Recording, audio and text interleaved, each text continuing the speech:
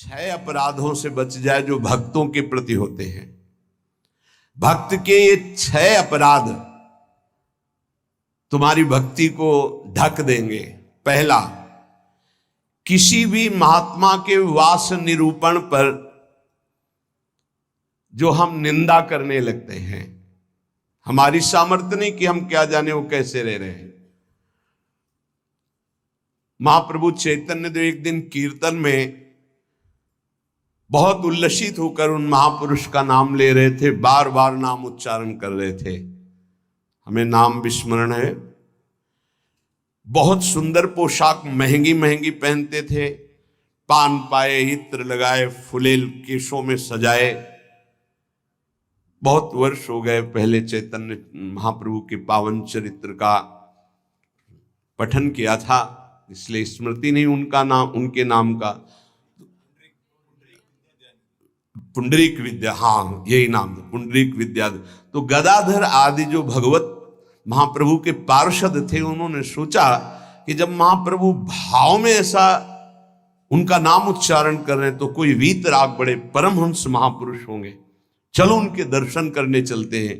तो पता चला कि अमुक जगह वो आए हुए हैं। वहां तो देखा बहुत सुंदर पलंग, दुग्ध फेन जैसा, ऊपर से गद्दे के ऊपर चद्दर और गिरदा लगे हुए हैं, और केस जो फुलेल से सुगंध आ रही। पान खाए तो गदाधर जी के मन में आया कि इतना विलासितापूर्ण जीवन और ये भगवत भक्त हो सकते हैं। संशय हुआ। तो एक जो महाभागवत साथ गए थे, तो उन्होंने भगवान श्री कृष्ण की रूप माधुरी का भरा हुआ श्लोक गान किया।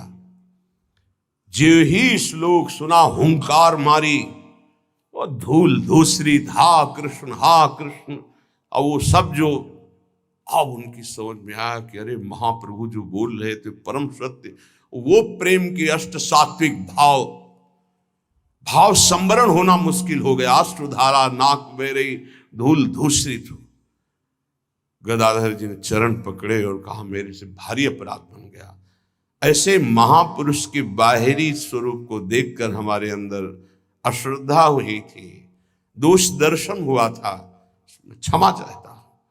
कैसे क्षमा हो? तो शिष्यत्व स्वीकार किया था, चरित्र में ऐसा पढ़ा था। किसी भी भक्त या महात्मा के वास निरूपण, वेश निरूपण की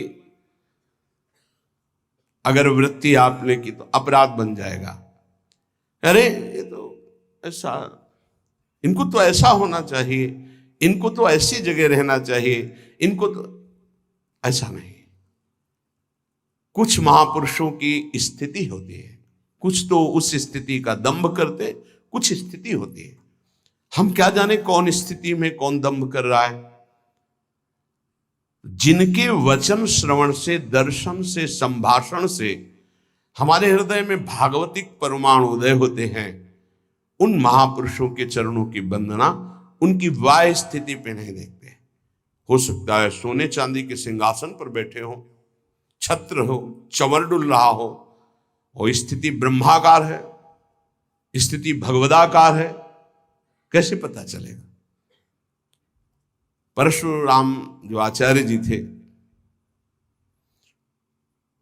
उनके आश्रम के बाहर लिखा था, माया सगी न तन सगा, सगा न ये संसार, परशुराम ये कह रहे सगा सुसिरजन हार। तो एक लंगोटी लगाए, लौकी की कमंडल लिए और भारी वैराग्य वृत्ति के अंदर गए और कहा ये श्लोक किसका लिखा हुआ है? दोहा। तो उनका गुरुदेव का कहाँ है? तो गए, देखे गिरदा लगा हुआ, छत्र लगे हुए परशुराम देवाचार्य जी महाराज। तो उनका, महाराज आपका श्लोक लिखा हुआ है? बोले हाँ। तो बोले केवल लिखा हुआ है या है आप में?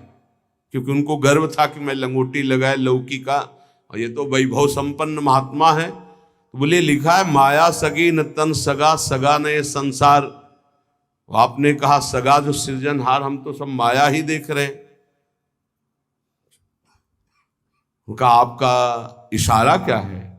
बोले जब सृजनहार सगा है तो फिर माया क्या? बोले चलो आपने समझा दिया, बड़ी कृपा, चल दिए। बोले कहाँ चल दिए? बोले जहां ले चलो आप। और स्थिति प्रज्ञ महापुरुष थे, चल। जब 10-12 किलोमीटर चले तो बोले भिक्षा का हमारे समय हो रहा। तो बोले परशुराम देवाचार्य ने आज तक कभी हाथ नहीं फैलाया, आकाश वृत्ति पे हम रहते हैं, प्रियालाल जैसी व्यवस्था करते हैं उसके अनुसार रहते हैं। बोले हम तो भिक्षावृत्ति से रहते। बोले जाओ मांगने। बोले आपके लिए भी ले आवे, कभी किसी का सहयोग नहीं चाहा, केवल सीधे प्रियालाल से आप अपने लिए लाइए और पाइए, और जहां आपकी इच्छा वहां ले चलिए। वो गए भिक्षा लेने, वो जंगल के एक जगह बैठे हुए थे, तो वहां से राजा की सवारी निकली। देखा परशुराम देवाचार्य उतरे, साष्टांग दंडवत। महाराज यहाँ कैसे? प्रभु की इच्छा। बड़े सौभाग्य कि हम तो भगवान की असीम कृपा मानते हैं कि आपके दर्शन। हमारी इच्छा है कि हम कुछ राजभोग तैयार करवाते हैं, जैसी हरि की इच्छा। देर न लगी, वहां रसोईया लग गए, कढ़ाइयां। महाराज अगर यहां आप विश्राम करें, बस इशारा हो जाए तो जैसी हरि इच्छा, खुदाई शुरू। आश्रम निर्माण की नींव के लिए खुदाई शुरू, कढ़ाई चढ़ गई, बनना शुरू हो गया। वो संत आए 1 घंटे बाद, वहां देखा। बोले यहाँ क्या हो रहा है? बोले यहाँ आश्रम बनेगा, ये रसोई बन गई।